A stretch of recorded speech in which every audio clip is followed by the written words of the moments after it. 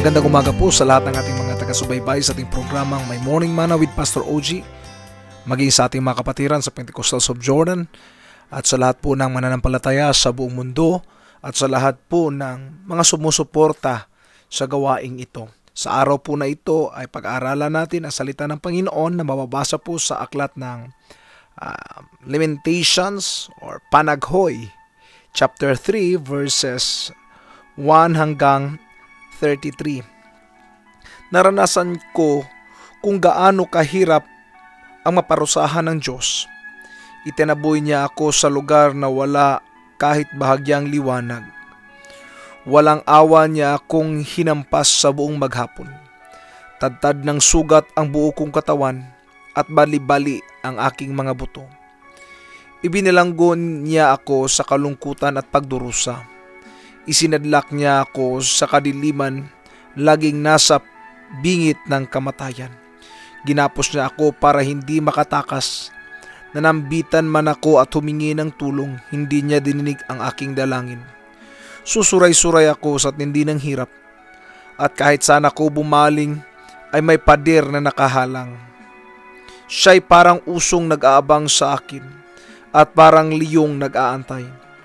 Hinabol niya ako sa kaniluray, iniwang nakahandusay, inaakman niya ang kanyang pana at ako ang ginawang tudlaan. Pinatusok niya ang aking puso sa kanyang mga palaso. Ako'y pinagtatawanan ng lahat ng tao at ginawang paksa ng kanilang biruan.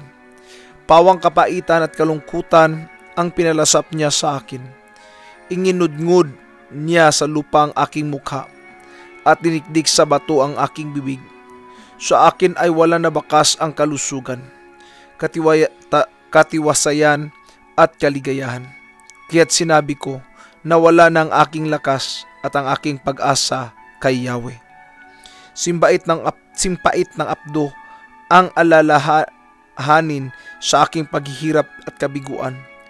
Lagi ko itong naaalala at ako'y labis na napipighati. Gayunmay, nanunumbalik ang aking pag-asa pag naalala ko ito. Ang hindi nagmamaliw sa pag-ibig ni Yahweh at ang kanyang walang kupas na kahabagan, hindi nagbabago tulad ng bukang liwayway. Dakila ang kanyang katapatan. Si Yahweh ay akin, sa kanya ako magtitiwala. Si Yahweh ay mabuti sa mga nagtitiwala sa kanya. Pinakamabuting magagawa ng tao ay buong tiyagang maghihintay sa pagliligtas ni Yahweh, at mabuti sa isang tao na siya'y matutong magtiyaga mula sa kanyang kabataan. Kung siya'y palasapin ng kahirapan, matahimik siyang magtiis at maghintay. Siya'y magpakumbaba sa harapan ni Yahweh at huwag mawala ng pag-asa.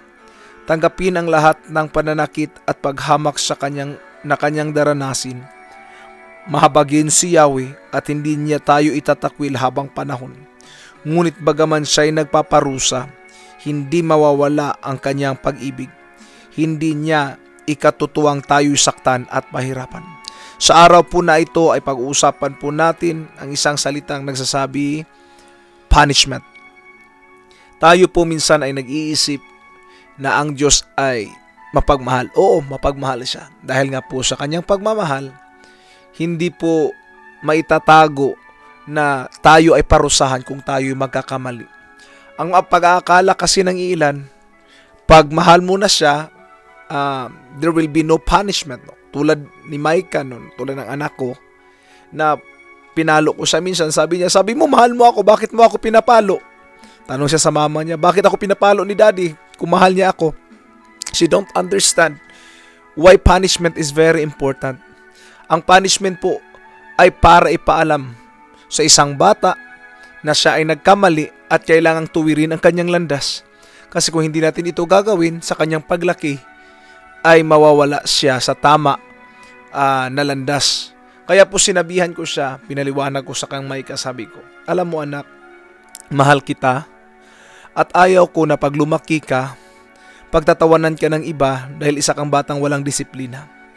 Ayaw ko na paglaki mo, hindi ka mabuting bata o hindi ka mabuting mamamayan dahil wala kang disiplina. Hindi mo ginagawa ng tama ang dapat na gawin. at yung mga bagay na hindi kaaya-aya siyang ginagawa mo. So pinapaliwanag ko po siya sa anak ko nang sa ganun maintindihan niya. That is how I express my love. That's how I express my punishment to her. Inexpress ko sa kanya, pinakita ko sa kanya na galit ako sa ginawa niya, pero hindi sa kanya. Gayon din po sa bayan ng Israel. Sinabi ni Jeremiah sa kanyang panaghoy, sinabi niya, bakit ito nga nangyari nga sa amin na pinagtatawanan kami at naging kwento-kwentuhan pa yung karanasan namin, naging topiko sa kanilang mga biro ang aming naranasan na paghihinagpis. Pero ang maganda po sinabi ni Jeremiah dito, sinabi niya, pero nabibigyan lang siya daw ng lakas ng loob the moment na maalala niya na ang Diyos, ang pag-ibig ng Diyos ay hindi nagmamaliw. Totoo po, kahit tayo pa'y nagkakamalit, nagkakasala, kailanman hindi nagmamaliw ang pag-ibig ng Diyos. Ang pag-ibig na ibinigay sa atin ng Diyos ay palaging tapat, kahit tayo ay hindi nagiging tapat sa Kanya. Kung titingnan po natin kung ano po ang ginawa ng Diyos sa atin, pilit niya tayong pinanunumbalik sa Kanya. Kaya po may mga panahon na minsan iniisip natin, pinapunish na yata ako ng Lord. Yes, hindi para saktan tayo, kundi para muling ipaalala na mabuti pa rin siya sa atin. Actually, God at first will never give you punishment. At first, pagpapalain ka niya Pagpapalain niya tayo until we come to the time na mag-iisip tayo, napakabait pala ng Diyos, napakabuti niya, pinagpala niya pa rin ako, kahit ganito yung ginagawa ko. And the goodness of God will lead the person to repentance. Yun po ang sabi ng Biblia. Ang kabutihan ng Diyos ay magdadala sa tao papunta sa repentance. Pero kung hindi na po talaga umuubra at hindi pa rin tayo nagsisisi, kahit pinagpala na tayo, darating ang mga pagsubok, darating ang punishment. Hindi para saktan tayo, kundi para muling paalalahanan tayo na mabuti pa rin ang Diyos sa buhay natin kahit sa mga nangyayari sa atin. Church, I want to challenge you. When you are facing trials, problems, situations na para bang napakahirap lutasin, ang kailangan lang po nating gawin ay muling alalahanin ang mga pangako ng Diyos, ang kanyang mga salita, maging ang salitang binanggit ni Jeremiah dito, ng pag-ibig ng Diyos ay hindi na nagmamaliw at ang kanyang kahabagan ay walang kupas.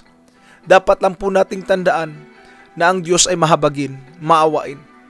The moment we cry, kaya nga po sa bata, the moment the child cries, tayo nakakakuha talaga ng atensyon sa bata. Ito po talaga ang totoo. The moment that we have sinned against God and we ask the Lord for forgiveness and we cry before Him, we can get the attention of God. Pero kung kahit pinalo na tayo, hindi pa rin tayo lulapit sa Panginoon, nagmamatigas pa rin tayo ng puso, what will happen? Of course, wala talagang rescue na mangyayari. There will be no forgiveness. And when we are facing the times of troubles, when we are facing the punishment of God, ang iyak po ng isang anak ay nakakapawi ng galit ng ama. Tulad ko po, na pag si Mike ay nag-umpisa ng umiyak, pag ang tono ng iyak, alam ko yung tono ng pagre-rebelde, nako, dagdag palo uli yan kasi iyak ng pagre-rebelde. But when I hear the cry, hindi ng bitterness, hindi ng rebellion, kundi ang cry ng sakit, pagmamakaawa, di ko na talaga uulitin. Then, of course, the heart of the father, nandoon pa rin Kawawa naman tong anak ko. But there are times na talagang kailangang paluin. Ganon din sa ating Panginoon. Minsan pinapalo tayo ng Diyos. Muling pinapaalala sa atin na dakila pa rin siya. Muling pinapaalala na siya pa rin ay Diyos na nagmamahal. Kaya lang, the moment na dumating tayo sa mga puntong yun, lagi po nating tandaan na ang pag-ibig ng Diyos ay hindi nagmamaliw. Tandaan natin palagi na ang habag ng Diyos ay kailanman hindi kumukupas. Hindi nagbabago tulad ng bukhang liwayway. At dakila ang katapatan ng ating Panginoon sa lahat ng panahon. Tayo'y sa Kanya at Siya'y nasuma sa atin. Pagpalain tayo ng ating Panginoon sa araw na ito. At muli po, ito si OG Solitario na muling nagpapaalala sa atin na sa araw-araw na pamumuhay, kailangan natin ang tinapay ng buhay digest your morning manna.